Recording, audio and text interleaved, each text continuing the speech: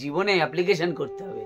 শুনে সবাই শুনে শুনে চলে যায়, জীবনে অ্যাপ্লিকেশনটা করতে পারে না। জীবনে অ্যাপ্লিকেশনটা করলে যে কি শান্তি, সব কিছু শান্তি আমাদের জন্য কি রেখে গেছে। হ্যাঁ, প্রাচীন মুনি ঋষিরা আমাদের জন্য কি রেখে গেছে। আমরা এই জামানাতে কি তোমরা বলবে যে এই জামানায় বসে ওগুলো চলে না, এই জামানাতেও সেগুলো সমান কার্যকর, আমরা চলি না সেইভাবে। তাই ঠিক আছে, সাধনার বেসিক যে পার্ট আলোচনা শুরু করেছিলাম, আজকে সেই বেসিকের মধ্যে নিয়ম আলোচনা করব। যম এর আগে আমি আলোচনা করেছি, যমের ভিডিওগুলো যারা দেখোনি তারা নিচে ডেসক্রিপশনে গিয়ে যমের ভিডিওগুলো দেয়া থাকবে, তোমরা সকলে যমের ভিডিওগুলো দেখে এসে তারপর নিয়মে আসবে। নিয়মেও কিন্তু পাঁচটা এর ধাপ কি, শৌচ, সন্তোষ, তপস, সাধ্যায়, ঈশ্বর প্রণিধান। এই পাঁচটা বিষয় তোমাকে ভালো করে বুঝতে হবে। ঠিক আছে, আজকে আমি শৌচ নিয়ে আলোচনা করব, এক একটা পার্টে এক একটা আলোচনা হবে। ঠিক আছে, পয় পরিষ্কার।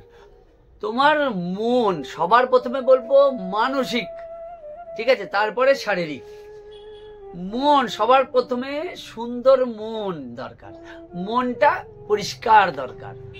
মানে শৌচ আছে দুই প্রকার। ঠিক আছে, শৌচ নিয়ে আলোচনা করছি। শৌচর মধ্যে একটা আছে আভ্যন্তরীণ শৌচ, আর একটা হচ্ছে বাহ্যিক শৌচ। বাহ্যিক শৌচটা হচ্ছে আমার বাইরের, আর আভ্যন্তরিক শৌচটা হচ্ছে সবচেয়ে বড় বিষয়।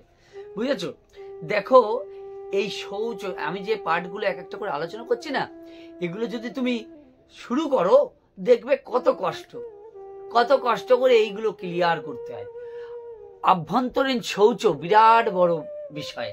মানে শৌচটাকে রাখা, মানে সঠিক শুদ্ধ রাখা, মনকে শুদ্ধ রাখা কতটা কঠিন।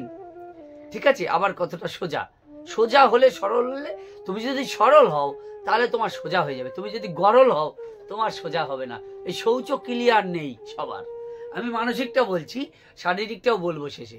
কিন্তু তুমি মনটাকে তুমি শুদ্ধ করনি, সরল করনি, তোমার মনের মধ্যে কাচরা ভরা, মানুষের সুখ দেখলে তোমার জলে, মানুষের শান্তি দেখলে তোমার জলে, তুমি সাধনা করে জীবনে লোকের ক্ষতি ছাড়া উপকার করবে না।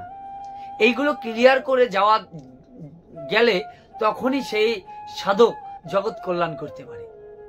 তাহলে মনের যে একটা শৌচতা, মন যে পরিষ্কার, পয় পরিষ্কার, এই পয় পরিষ্কার মন তৈরি করাটা হচ্ছে শৌচ, আভ্যন্তরীণ শৌচ, ভিতরের যে শৌচ।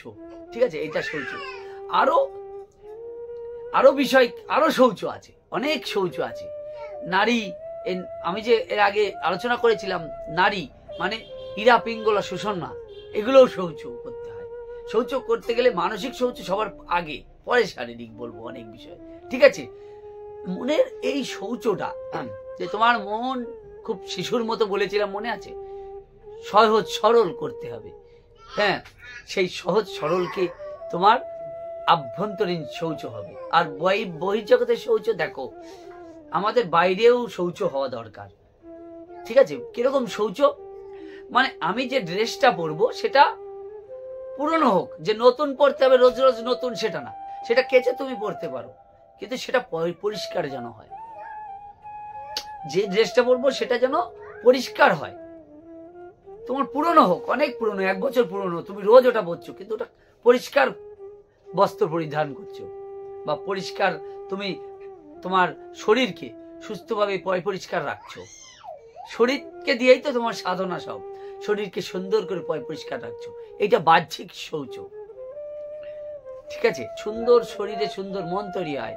ঠিক আছে, এই মনের আভ্যন্তরীণ শৌচও দরকার, বাহ্যিক শৌচও দরকার। তাহলে এই শৌচ তোমাকে একটা বিরাট বড় পার্ট।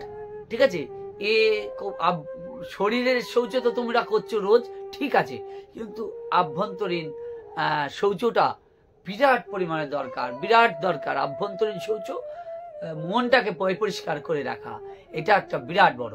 এই গুণটা তোমরা জেনে রাখো, পরবর্তীতে আমি পরবর্তী পর্যায়ে নিয়ে আলোচনা করব।